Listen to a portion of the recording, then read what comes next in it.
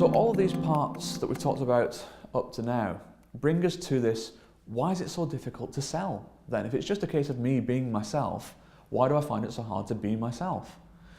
And there's no central answer. There's no one reason why it's so difficult to sell. It's an amalgam of a number of different areas. The first one is that traditionally in the accounting profession, we've not been required to proactively sell. Our practices have grown by referral. Business has come to us, and we haven't had to do much, if we're being honest, to win that business. Unfortunately, however, that business doesn't always walk through the door. We don't know how often it will and what calibre it will be when it does. So there is a need to try and direct that effort so that we can have a more suitable flow of new business, one that we can direct and influence. So we find it difficult because historically we have never been trained.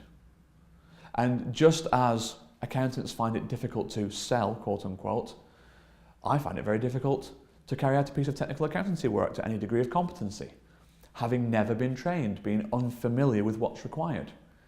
So there shouldn't be any concern that it's difficult. It should only be a concern over how do I overcome this difficulty.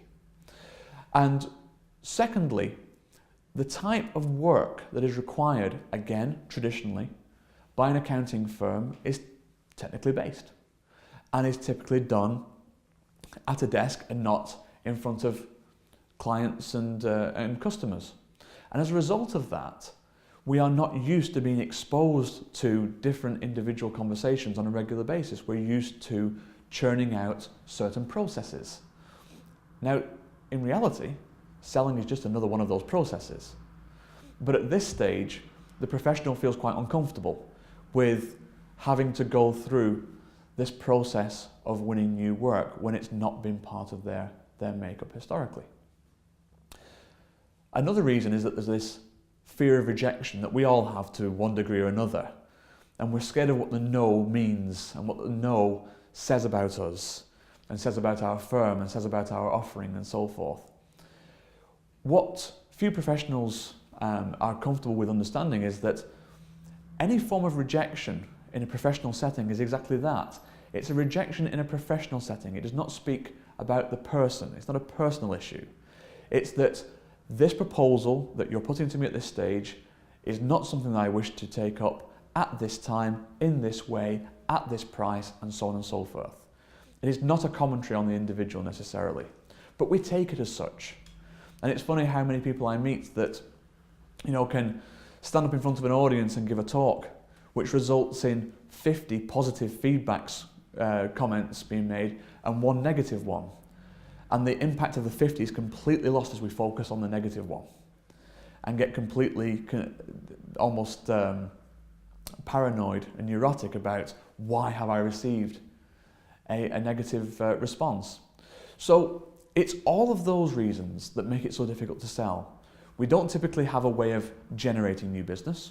We haven't typically had to generate new business, and we feel somewhat exposed to being rejected were we to pursue it. So it's those issues that we have to overcome first. So a lot of these things are covered in the area that we call closing the first sale, and we can diminish most of these fears as to why it's so difficult to sell. The ones such as we haven't proactively generated a pipeline of prospects before, we haven't had to sell proactively before, and we haven't had to face rejection in any great regularity before. It's those sorts of concerns that are diminished when we close the first sale effectively. Section on why is it so difficult to sell? Business develop on a budget this week by understanding that as far as our potential clients are concerned, perception is reality. So it doesn't matter if we think we're great, it only matters if they do. Get a team member that you're comfortable with and whose opinion you respect to be the potential client in a rehearsal situation. Have your colleague critique you and explain how it felt to be on the receiving end of your approach. Schedule specific, non-interruptible time in your diary to practice your ability to be comfortable in conversation in a first meeting scenario.